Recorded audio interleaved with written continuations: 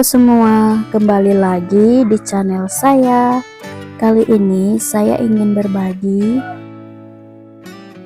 sekaligus ingin mengajak kalian untuk membahas mengenai mengapa usaha warung sembako susah berkembang. Hal ini pasti sering dirasakan sebagian pengusaha warung sembako ataupun teman-teman yang mempunyai usaha warung sembako.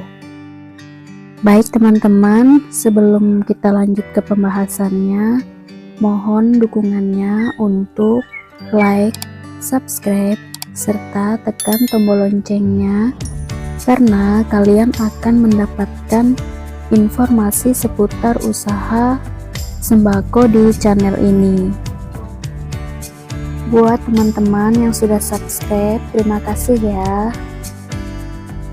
Terkadang kita sudah melakukan berbagai macam cara untuk menaikkan omset ataupun membuat usaha kita tetap berjalan sebagaimana mestinya.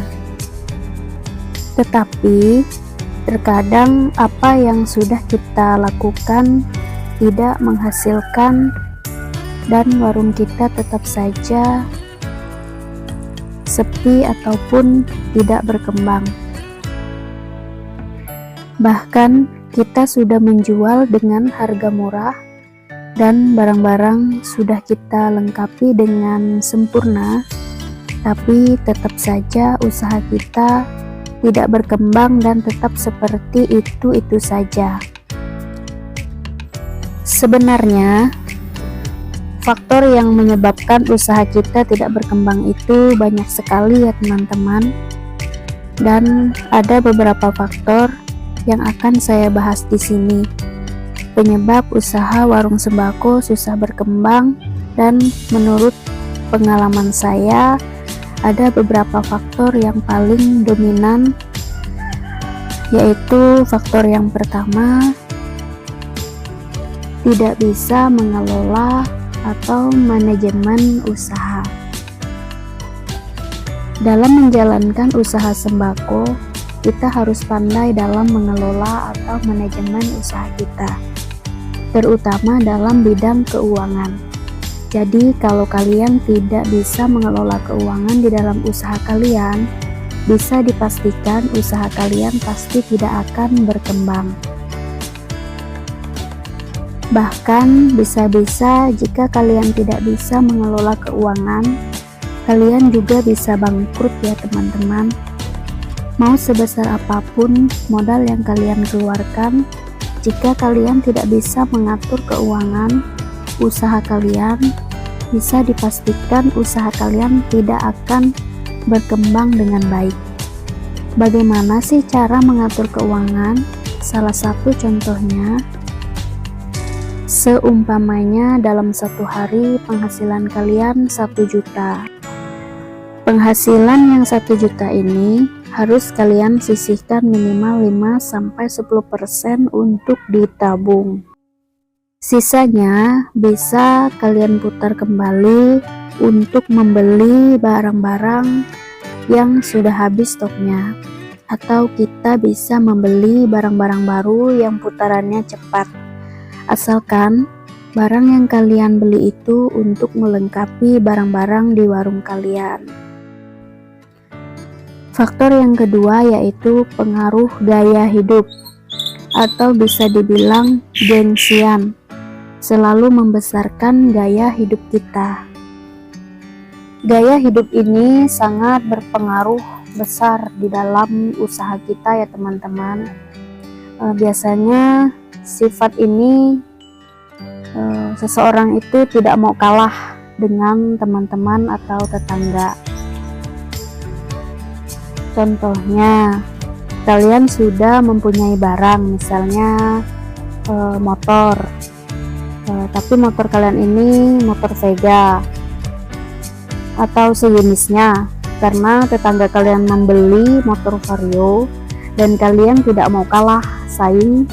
Akhirnya kalian juga ikut membeli motor Vario, dan lebih parahnya lagi motor yang kalian beli itu secara kredit hal itu akan memberatkan beban kalian, karena setiap bulannya kalian harus membayar cicilan motor tersebut, dan untuk membayar cicilan itu pasti kalian mengambil dari hasil usaha kalian.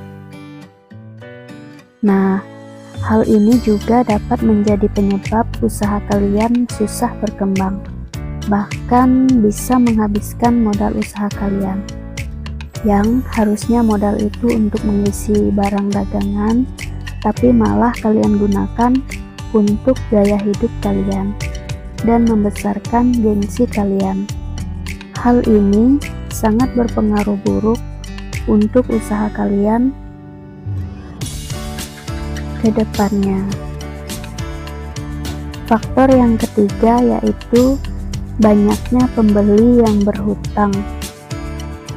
Nah, kalau faktor yang ini sudah tidak asing lagi didengar ya teman-teman.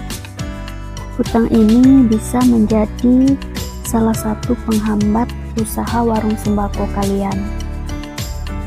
Jadi, sebisa mungkin kalian harus membatasi orang-orang yang ingin berhutang di tempat kalian.